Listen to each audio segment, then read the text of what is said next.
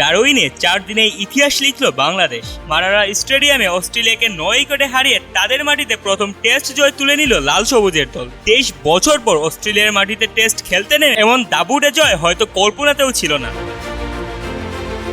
Series শুরুর আগে যেখানে অস্ট্রেলিয়ার মাটিতে সম্মানজনক লড়াইটাই ছিল বড় প্রত্যাশা, সেখানে প্রথম টেস্টেই ব্যাটে বলে অস্ট্রেলিয়াকে একেবারে কোণঠাসা করে ফেলেছে বাংলাদেশ। শুরুটা হয়েছিল পেসারদের হাত ধরে।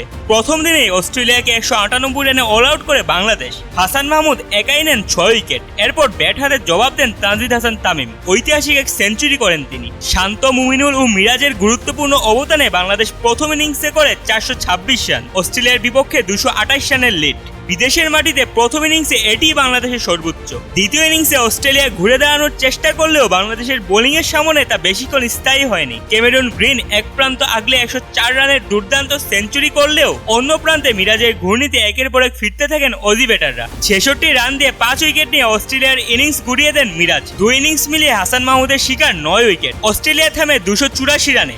বাংলাদেশের সামনে লক্ষ্য মাত্র 57। ছোট লক্ষ্য তাড়া করতে নেমেও দ্বিতীয় ওভারেই তানজিদ হাসান তামিমের বিদায়ে সামান্য চাপ তৈরি হয়, কিন্তু সাদমান ইসলাম ও মুমিনুল হক সেটি হতে দেননি। অবিচ্ছিন্ন 53 রানের জুটিতে দলকে জয়ের বন্দরে পৌঁছে দেন তারা। মুমিনুল 30 ও সাদমান 25 রান করে অপরাজিত থাকেন।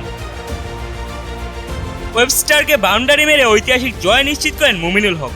গ্যালারিতে তখন একটাই আওয়াজ, বাংলাদেশ বাংলাদেশ। অস্ট্রেলিয়া প্রবাসী বাংলাদেশিদের উচ্ছ্বাসে কয়েক মুহূর্তের জন্য ডারউইনের মারারা স্টেডিয়াম যেন হয়ে গিয়েছিল বাংলাদেশেরই কোনো মাঠ। এই জয় শুধু একটি ম্যাচের জয় নয়, প্রস্তুতি ম্যাচে 54 রানে অল আউট হওয়ার এক সপ্তাহের মধ্যেই অস্ট্রেলিয়ার টেস্ট দলকে 9 উইকেটে হারিয়েছে বাংলাদেশ। প্যাট কামিন্সও স্বীকার করেছেন প্রথম দিনেই ম্যাচটিকে ছিটকে পড়েছিল অস্ট্রেলিয়া এবং বাংলাদেশের কাছে তারা সব বিভাগেই পিছিয়ে ছিল। 2017 সালে মিরপুরে অস্ট্রেলিয়াকে প্রথমবার টেস্টে হারিয়েছিল বাংলাদেশ। 8 বছর পর এবার তাদের মাটিতেই এলো দ্বিতীয় জয়। 23 বছরের অপেক্ষার অবসান ঘটিয়ে পাওয়া এই জয় তাই বাংলাদেশের টেস্ট ইতিহাসে বিশেষ হয়ে থাকবে। ইশতিয়াক রাতুল, দিগন্ত স্পোর্টস।